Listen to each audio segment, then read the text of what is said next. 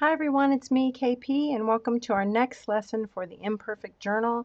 I call this watercolor pouring, and it's something just a little bit different. I really actually was inspired, as you know, for this whole class by this book, Love for Imperfect Things, which has really sort of informed and led me to this Imperfect Journal. And I love this technique because it really resonates with me. For one of the final chapters on page 199, well, actually, I guess it's like 198. It's chapter 7, and it's the chapter on enlightenment. And I'm not going to read you the chapter or anything like that. Hopefully, if you've read this book, then you know that it talks about your mind's true home. It talks about the practice of mindful breathing. And it talks a lot about gratitude and contentment and things like that. It definitely sort of, touches on meditation and sort of living and being in the present. Okay, so I really find this whole technique and this whole process to really sort of be informed by that. And I hope you find that too. And even if you don't, I hope you love and enjoy the process of watercolor pouring, as I like to call it. I do want to read you this because I think it's just beautiful. And it says, "The true nature of our mind is like the sky. Our thoughts are like clouds, our emotions like lightning, and the sky accepts them all equally, watching as they shift and move across it. The weather of thoughts and emotions rises and passes away, but the sky remains the same, clear, luminous, open." So I'd like you to kind of keep that in mind. I think that's just beautiful as you sort of progress through this process because it's really very imperfect and very just intuitive. A couple things that you're going to want. You're going to want some watercolor paper. You're going to want a nice big sheet of watercolor paper as your blotter. Now, it doesn't have to be nice watercolor paper, but if you can do a nice piece of watercolor paper, I think you'll have a lot of fun on it. That's going to catch your pores, and you can still experiment and just have fun with that, okay? But you're also going to want another piece of just maybe like sort of larger. This is 9 by 12. I feel like if you, I mean, you can do it on smaller pieces. I do have a small piece started here, so you definitely can do that. But I'm going to recommend a larger piece will really sort of get you flowing and just breathing and in that moment. Okay, so here's a few examples that I have, and I am going to stick with my bright color palette just because my journal has a lot of brights, and I'm going to end up putting some pieces of this into my journal. One thing I love about it, it sort of reminds me of when you look out of an airplane, the aerial view that you see. So I hope you have a lot of fun with this process. So you're going to want a piece of 11 by 14 paper, or I'm sorry, not 11 by 14. This is 9 by 12. This comes off of this fluid watercolor block. It is 140-pound cold press. And then again, I have a nice big sheet of watercolor paper underneath me. You may also want to have just a couple sheets of watercolor paper, random sizes, just scraps laying around. You can use these to blot as well. You're going to want a couple jars of nice clean water. And in fact, I'm going to have to get some nice clean water. Right, and maybe a Dixie cup or a little plastic cup or two. Let's get our paper ready.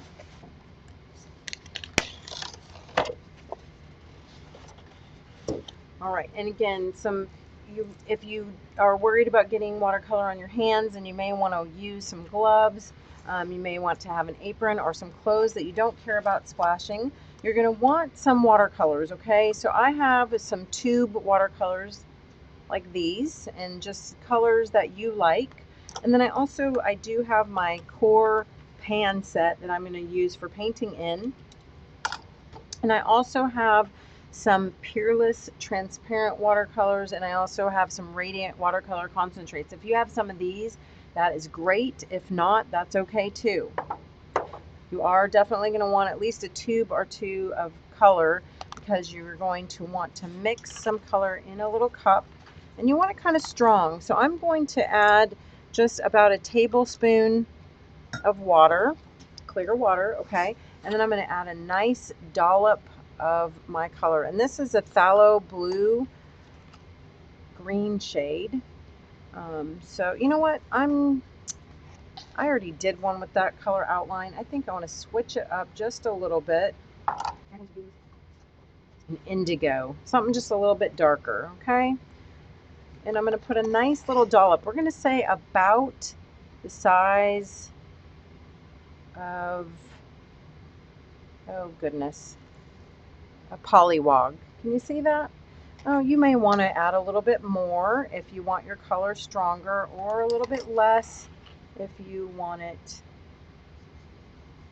more, more, not as strong, a little thinner.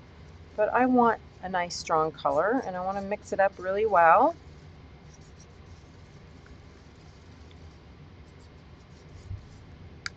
All right, and then I'm just gonna literally pour some on my paper.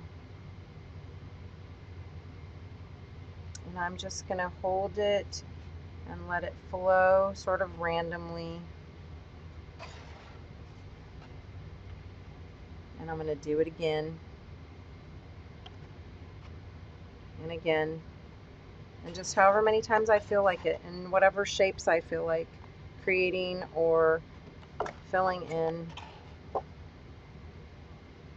Making puddles, it's okay.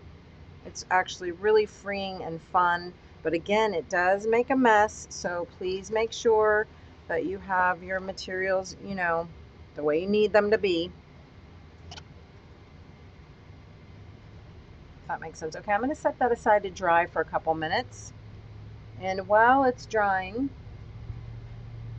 I'm going to have a little bit of fun with this that I've already splattered out on my blotter page. Okay, I happen to have this nice big brush over here, and this is something really awesome because normally I would never give myself this kind of freedom,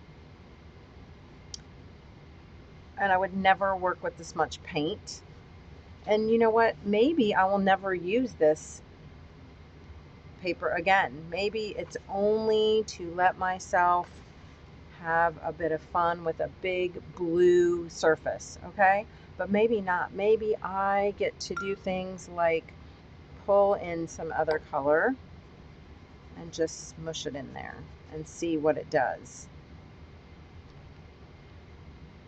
Or make some marks in that. Do you see what I'm getting at? This can be your giant meditation. And even if you never do another thing with it, if you never look at it again, you got to smush color. You got to work big and bold and try things that normally you probably would never have tried, correct? And so, again, these puddles, you do not know how they'll dry until you actually watch it and let it do its thing. You're not going to sit here and watch it, because this puddle will take overnight to probably dry if I let it be like that. So you can obviously, you're not going to want to get your other paper back out and start working in it, right? So you can either blot it, or you could actually pull this whole thing aside and set it somewhere to dry, and then still work on it later. Or you can see it through right now and just continue to pull color in. And like I said, just have fun. Have a go at it.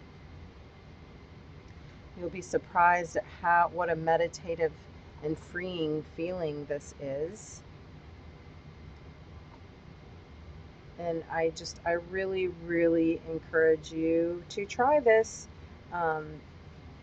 It's probably one of the most fun things I've done literally in 2019. Okay, so like I said, now this, if you let it dry, you will get these beautiful, rich blues or, this deep indigo color. But if you do not have the space, or you don't want to wait for it to, whatever the reasons, you can take a paper towel and blot some of this away, you know, and manipulate it like that. Or you can just, of course, I have another blotter underneath me. So you could just set it aside somewhere to dry and bring it back later. Eventually, this could be an entire journal spread. It could be a journal cover. You could cut it up and use it for different parts of your journal, or who knows, maybe it turns into a painting that you love so much that you just want to frame it and hang it on your wall. Whatever it is, like I said, the whole process is empowering and very meditative. All right, so I'm going to pull my other piece back out.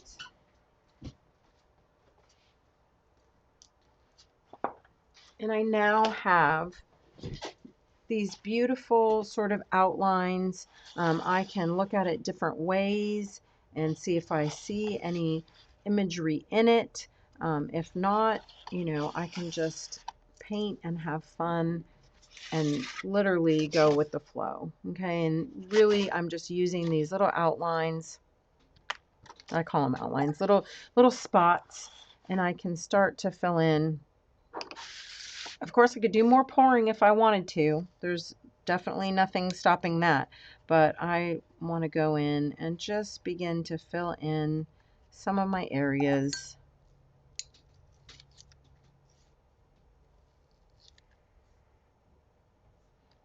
with color. Sort of let some of the color overflow with some of the lines, and you'll get these beautiful color combinations and just really nice patterns. Again, it really reminds me of an aerial view out of an airplane.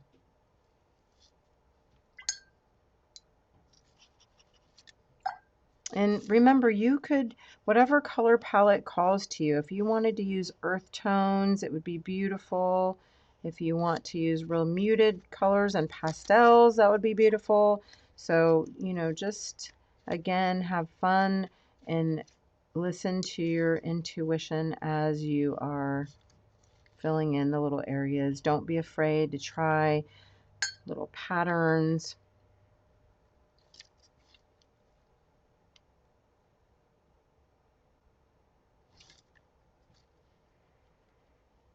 And color mixing and things like that.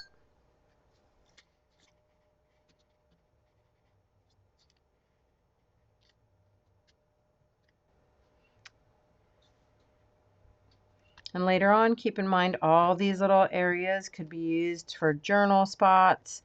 If you wanted to write things in or stamp little things in to the individual areas, if you wanted to treat them as such.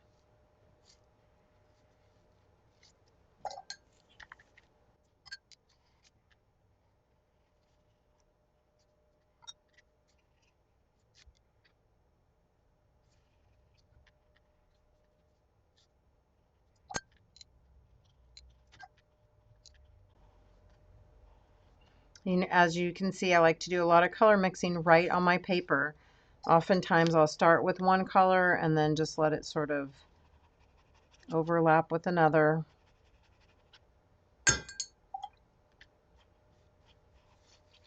Get some beautiful color variations that way. Some just really unexpected little bits.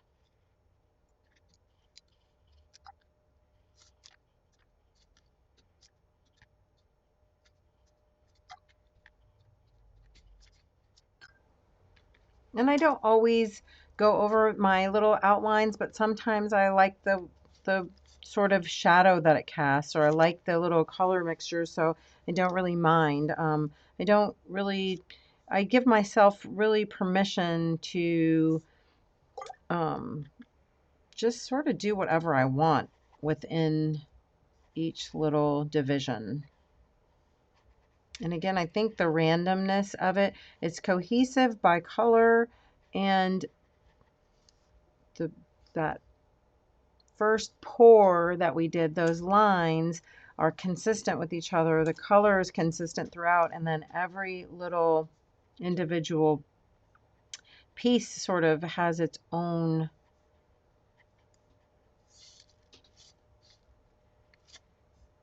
its own little unit. So that's what I think makes me always think of seeing something from, you know.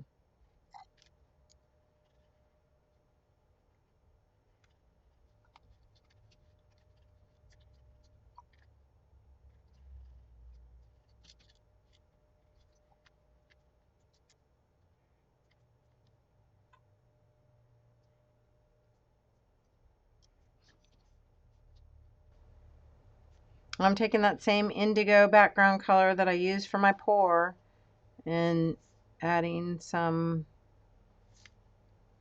value through layers.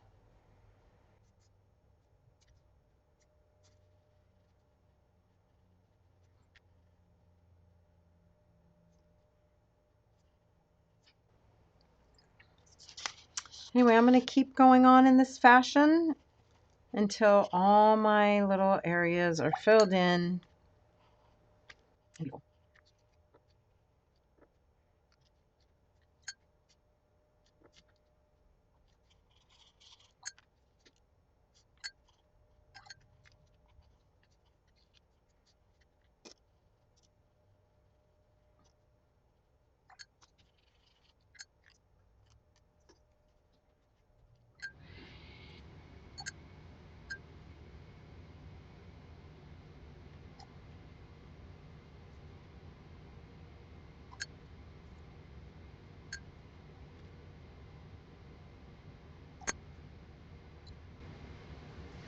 I really feel like my colors are going crazy up here, but I really like the way that it's sort of fading off into that.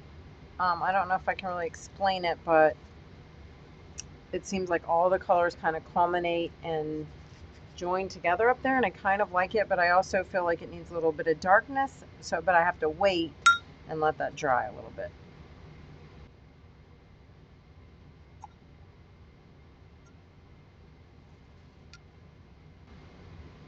And just remember to keep in mind that you may not end up using this whole piece. You may want to cut it up and use just little bits of it. I don't know. That remains to be seen when all is said and done.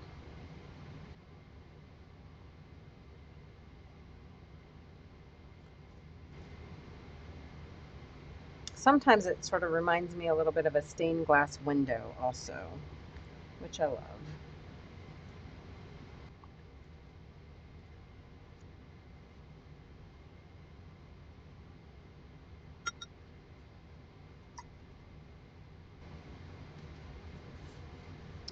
And so there you have it, sort of just this beautiful watercolor meditation that flows together, has a little bit of, you know, texture, definitely some quiet spaces, again, where you could continue to fill in or write some of your favorite quotes or thoughts that sort of fit in with the whole imperfect journal idea.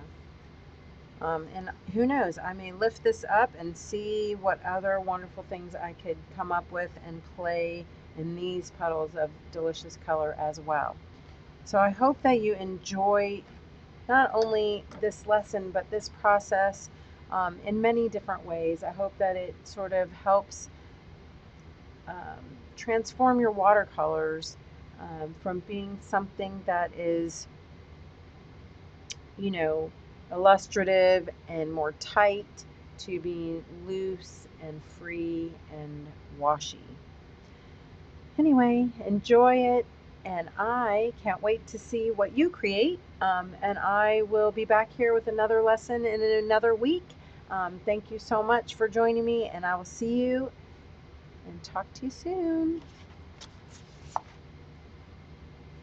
Go be imperfect.